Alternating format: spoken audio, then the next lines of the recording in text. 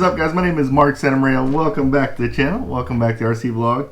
Today, guys, I'm going to solder up my ESC, my speed control, my motor, and pretty much that's it. I'm just going to solder up everything, all my electronics, and my ET48.3, which this is going to be a good demo, or what a demo, a tutorial video, because everything is brand new. I'm going to use everything brand new, and you guys will be able to see exactly what I do to get everything mounted in there like a pro. So I'm going to walk you through everything that you need and everything that I do to make sure that this stuff doesn't come off. I think I've had maybe one solder joint come off in the past, and it was because it was a bad Dean's connector. So all my stuff looks really good, and it's been pretty dependable so far. So you guys can trust this. So let's go ahead and get started. All right.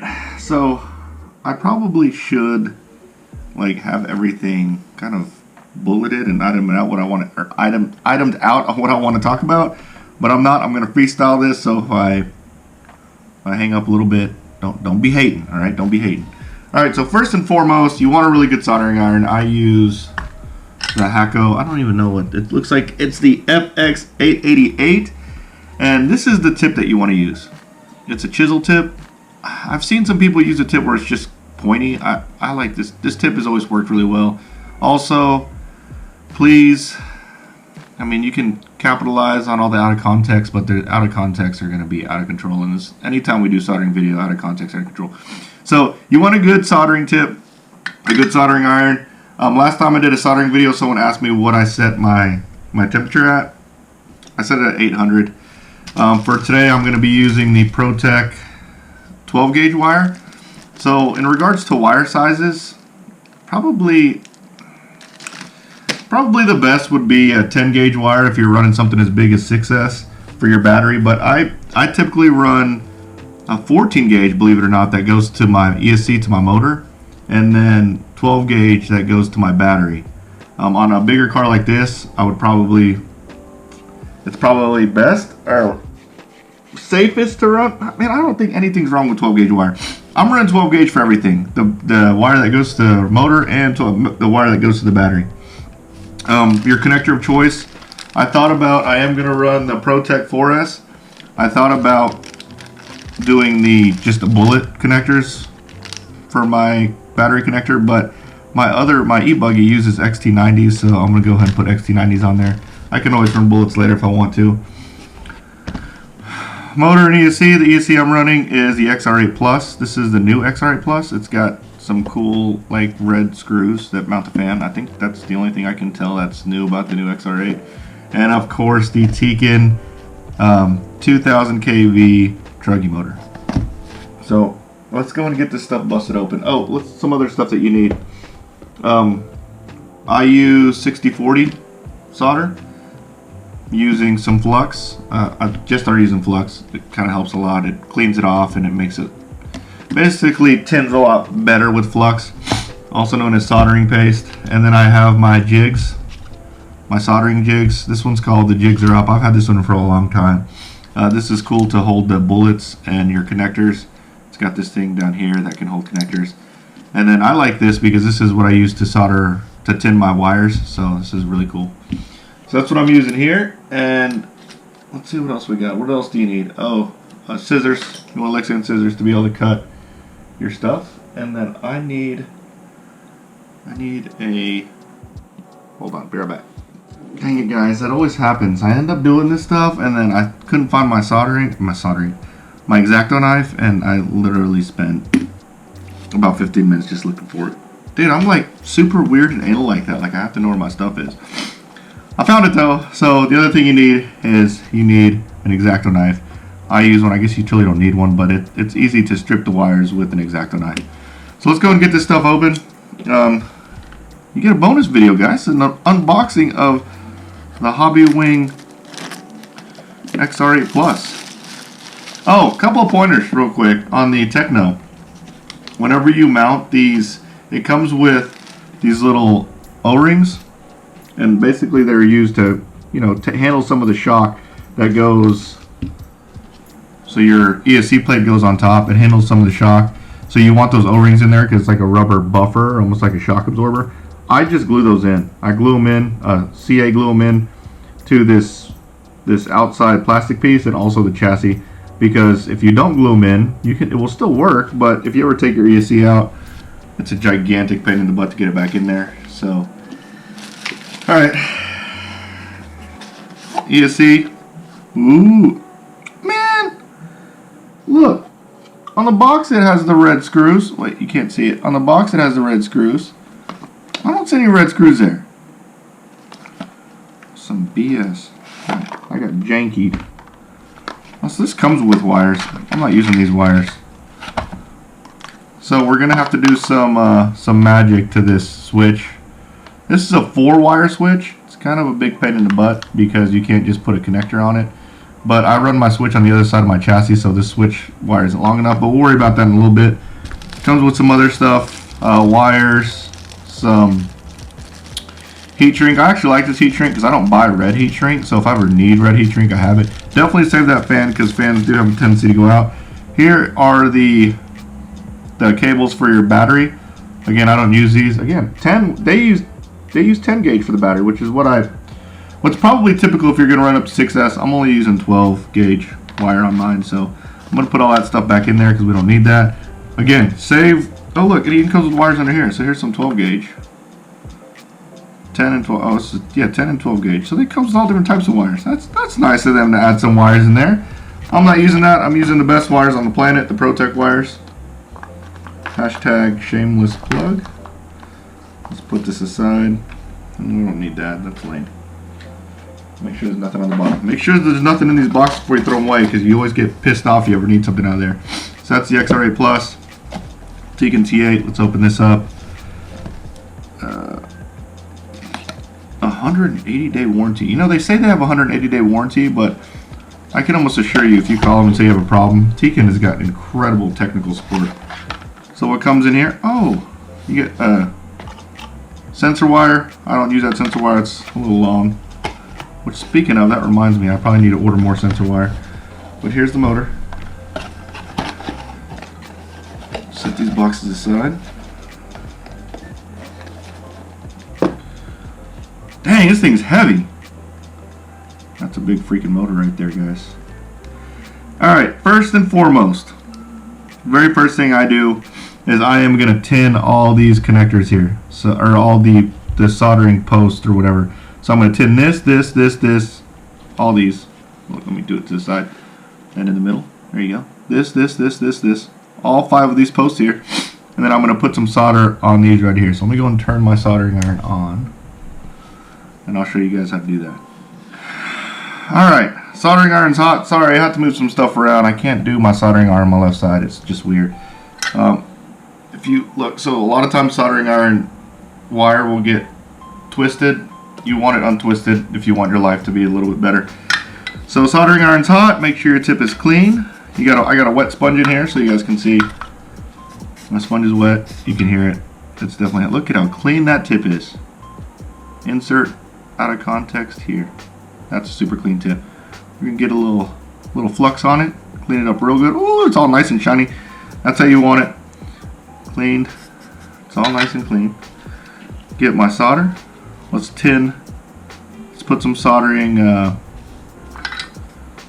Let's put some solder on the motor first. So you want to put solder on your soldering iron first, on the soldering tip, and then the way the solder gets put on the joint or the motor lead is the motor lead has to be hot. So if your motor lead doesn't want to take the solder, it's because your motor lead isn't hot enough. So you need to get it hot, and then eventually the solder will pile up on there because it's got no other choice. Oh, dang it. I sit there. Oh man, this is an awful demo video. Like, I got solder falling off over here. It's alright. It's alright. Everybody relax. See how there's solder on these first 2 here? You want that. That's a good thing. Alright. See? There's a little bit of solder on each one of those posts. That's how you want it. Or each one of the motor leads. Now we're going to put solder on these. this should be a little bit easier. Tekin has new leads on their T8 Gen 3s. They look stronger, but they're a lot harder to get solder on there. So I'm just going to solder the tip, and then I'm going to put the tip like right in the groove, and then just start throwing solder in there. You want a generous amount of solder, but you don't want it to be so much where it's like overflowing off. Alright, so I got all the posts on the ESC soldered. So again, the way you do that is you make sure, it's always good to just have a clean tip. I always clean my tip off, nice and clean, look, nice and shiny. Put a little bit of solder on your soldering iron, and then just put your soldering iron tip in between the grooves on the soldering post, and then just start pushing solder onto it. And eventually the post and the solder will melt, the post will get hot enough, the solder will melt, and then you'll see it look just like this. See how there's actually solder on the post? That's what you want. You want solder on the posts. That's also how you can tell that the ESC is brand new. It is impossible to get all that solder off unless you have some special tools. If there's solder on the post when you buy the ESC, it's been mounted at least. Side note, I end up unplugging the fan. I know I need that to program the ESC anyways, and that wire kind of sits over there by the post, and you don't want it to melt the post or melt the wire. So there you go. ESC has solder on it. Motor has solder on it. So the next thing you want to do is I'm going to turn my soldering iron off. You want to mount. Sorry, I was thinking. All right. So next thing you want to do is you want to mount I'm going to go ahead and put the wires for the battery on the ESC. All this stuff's a lot easier whenever the motor's out, or the ESC's out. So I'm going to go ahead and take this wire out. This is part number PTK 5601. This is just 12 gauge wire. So I know I like my wire a little bit long. It's probably going to be about, let's make it about that long. This is for my battery lead. Alright, I'm going to go ahead and put the connector on the wires because it's a lot. You don't have to worry about forgetting to put the heat shrink on there. So I'm going to go ahead and solder, basically make a pigtail with the battery connector I want. I think I said this in one of my other videos where I mounted a connector.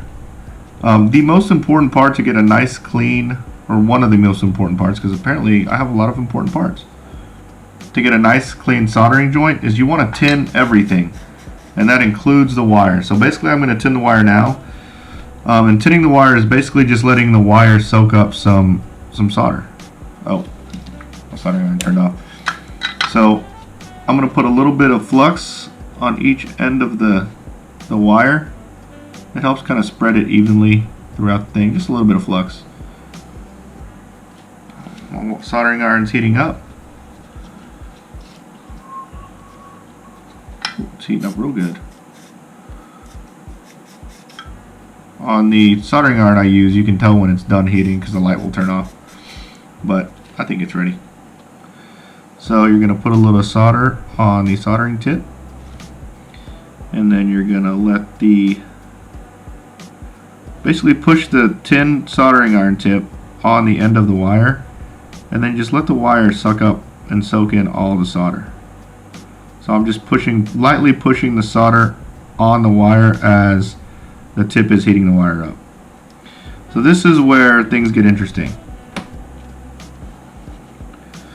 So it looks like it's tinned right now. If you can see it, looks like it's tinned right now. Right there. Hopefully the camera focuses. Right there. It looks like it's tinned. It's not all the way tinned the way you want it to be.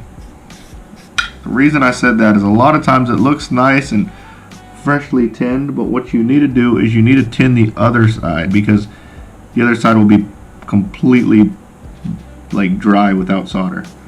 You want a lot of solder on this wire to make sure you get a nice solid connection. So that looks tinned really well. So basically what I'm going to do is I'm going to flip this wire over to about right there.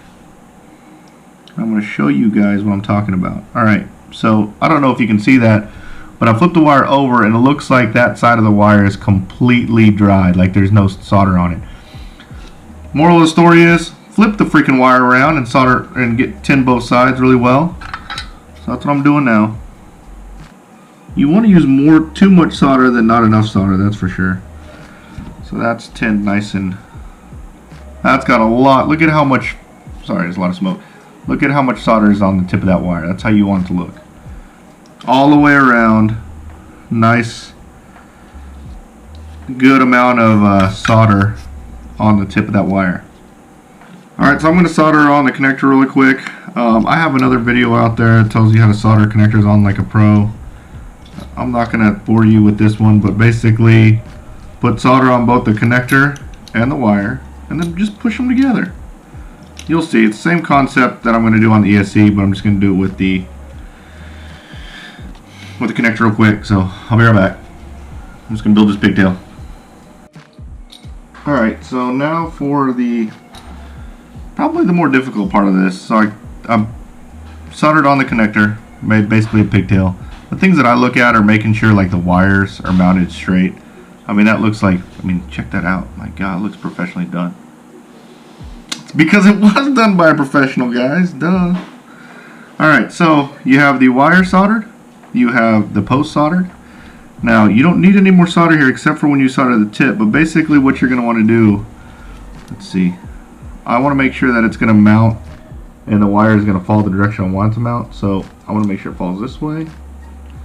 And basically what you're going to want to do is you're going to want to heat both the post and the wire up and then just push them together. So what I've seen the easiest way to do this is to tin both sides of your soldering iron.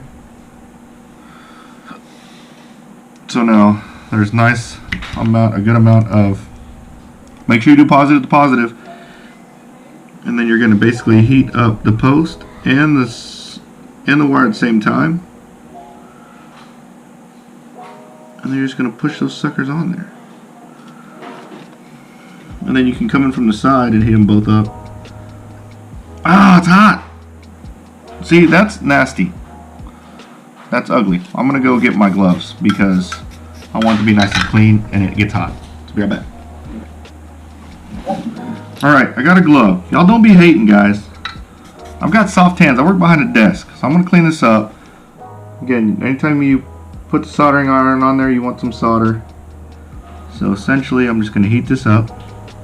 What I'm doing now is I'm just cleaning up the post so it looks nice and clean. And then I'm going to put a little bit more solder on here.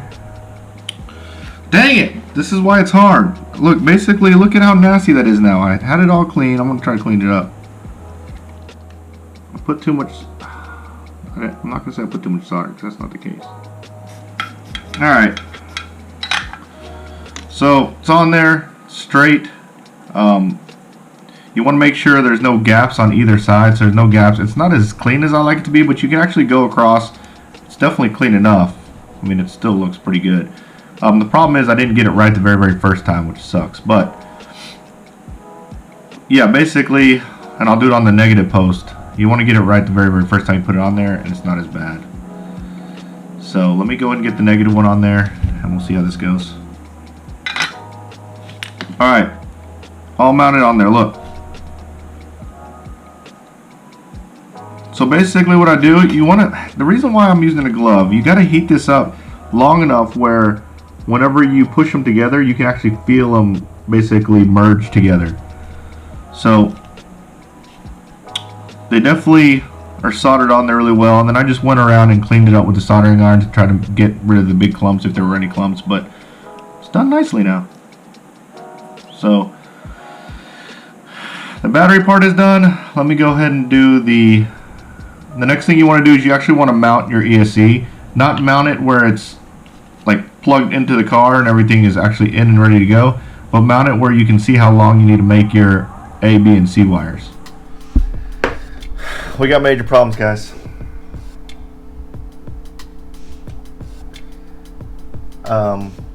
Could be Southern Nats breaker problems.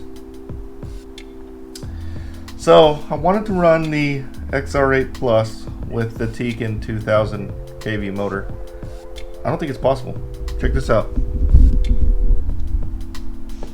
Alright, so there is no room here. Not even the slightest bit of room. That is way too close. I'm moving it side by side. That's it. That's all it moves.